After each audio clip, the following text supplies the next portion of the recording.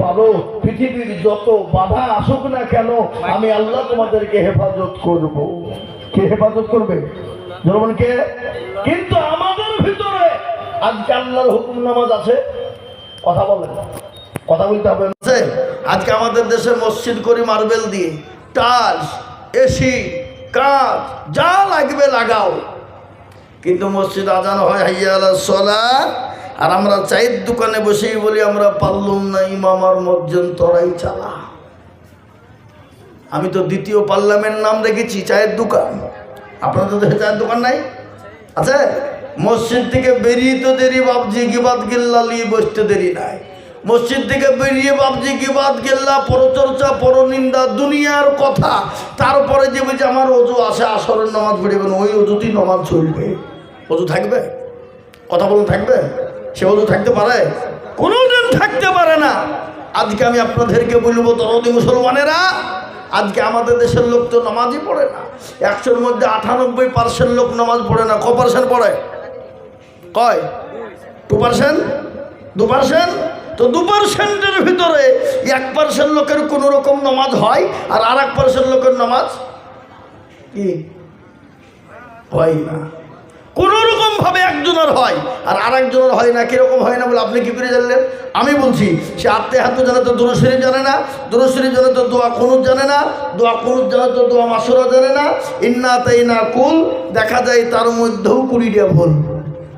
কি আছে না নাই? কথা বলছেন না কেন? আছে না নাই? ইন্না তাইনা কুল, তার মধ্যে 20টা ভুল। এরা জীবনেও কোনোদিন ইমামকে বলল না হুজুর আত্মে হাতে শিখে দেন, দুরূদ শরীফ শিখে দেন, দোয়া কুনুতটা ঠিক করে দেন, সূরা মাসুরাটা ঠিক করে দেন, কিংবা আপনার দুটো সূরা ঠিক করে দেন। জীবনে বল না কেন? যদি মৌলবীর কাছে যায় আর মৌলবীর কাছে যদি বাইচান ধরা পড়ে যায় আমার ভুল, তাহলে মৌলবীর কাছে আমার মাতাব্বরি আর মোড়লিয়ার নেতাগিরি চলবে? চলবে না।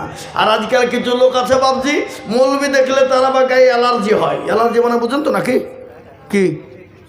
চুলকানি। আছে না এরকম লোক? আছে না? জোরে বলুন।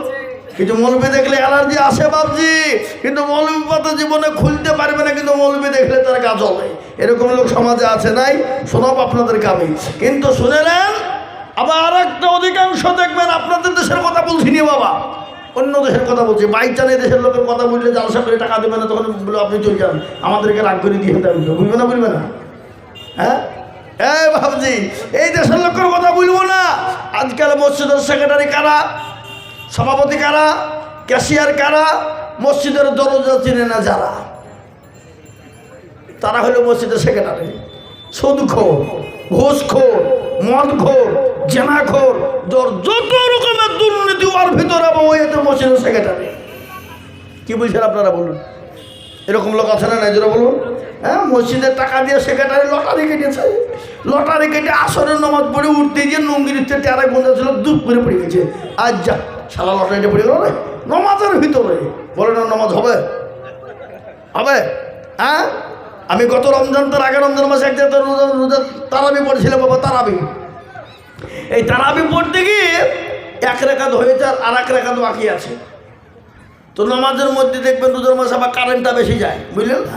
তো কারেন্ট চলে গেছে নামাজের মধ্যে, বলছে আজ যা শালা কারেন্ট চলে গেল রে নামাজের ভিতরে। আচ্ছা বলেন নামাজ হবে?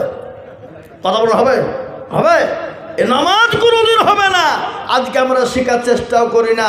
আজকে মুসলমান দরদি আমার ভাইয়েরা আর আমাদের ইমাম সাহেবরা, এরাও কোনোদিন দর্শককে বলে না, সমাজকে বলে না, মুসল্লিকে বলে না, ওগো চাচা আসেন নামাজটা ঠিক করে দিই, সূরা গেলা ঠিক করে দিই, কেরাত গেলা ঠিক করে দিই, সূরা মাসুর দোয়া মাসুরাটা শিখিয়ে দিই, দুরূদ শরীফটা শিখিয়ে দিই, দোয়া কুনুতটা শিখিয়ে দিই। ইমাম সাহেবরাও জীবনে বলে না। বলে কেন? বলবে বলে না, ওর লাগে নয়। মৌলবী যত 5,000-6,000 টাকা বেতন দিচ্ছে, তো তোমাকে কোরআন শেখাতে হবে? তোমাদের ভাগ্য ভালো আমি অজু করিয়ে নামাজ পড়াচ্ছি। বেশি কায়দা করলে বিনা অজুতে নামাজ চালিয়ে দেবো, সালাতের নামাজ হলি বাকি না হলি বাকি। বুঝতে পারলেন আমার কথা? এই মসজিদের ইমামের বেতন কত? 4,000, 5,000। সেদিন নদীয়াতে একজনকে জিজ্ঞাসা করছি, আগে হুজুর আপনি কতদিন ধরে আছেন এখানে?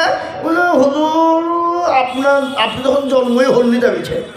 আমি বলছেন কি ক বছর হবে? বলে 37-38 বছর। তাও তো আমার তো 36 হলো। আপনি তো 38 বছর তো জন্মই হয়নি, 38 বছর এখন বেতন কত? বলে সব সুদ দিয়ে এখন 5,500 টাকা বেতন। তাহলে এখন তাহলে আপনি যখন ঢুকিয়েছিলেন তখন ক টাকা ছিল? তখন তো পেট ভাতা নাকি বলছেন আপনারা বলুন? এখন 5,500 টাকা। এরকম আমাদের ইমাম আছে না, জোরে বলেন। তারপরে যদি ইমাম বলে বেতনটা একটু বাড়াও, তো সেক্রেটারি সভাপতি বলে কালকে এই মৌলবীকে তাহলে অন্য মৌলবী ঢুকাইতে হবে। কাঠ মৌলবী কাকে বলবে দেয় যে নামাজ জানে না, কোনো রকম সুসার করে চাকরি দিতে পারে, ওয়াকিল লাগা, বেতন কত? 4,000। ঠিক আছে, বলে বলে যাই জোর দিন ইয়া করে খাবে কম দিন। বুঝতে পারলেন আমার কথাটা? আফসোস দারুল উলুম দেওবন্দ, এ দেখেন মুহাদ্দিসিনরা বসে আছেন এখানে, জিজ্ঞাসা করুন। শাইখুল হাদিসরা বসে আছেন। ইমামের বেতন যদি 10-এর নিচে হয়, সেই ইমামের পিছনে নামাজ পড়া হারাম, হারাম, হারাম, হারাম, হারাম। আমি হারাম দিয়ে দিলাম, ফতোয়া দিয়ে দিলাম। দারুল উলুম দেওবন্দ বলেছে, আমি গতকালকের কথা বলছি, সেই ইমামের পিছনে নামাজ হবে না, একজন মুসল্লির নামাজ হবে না। ইমামের বেতন 10-এর নিচে যদি হয়।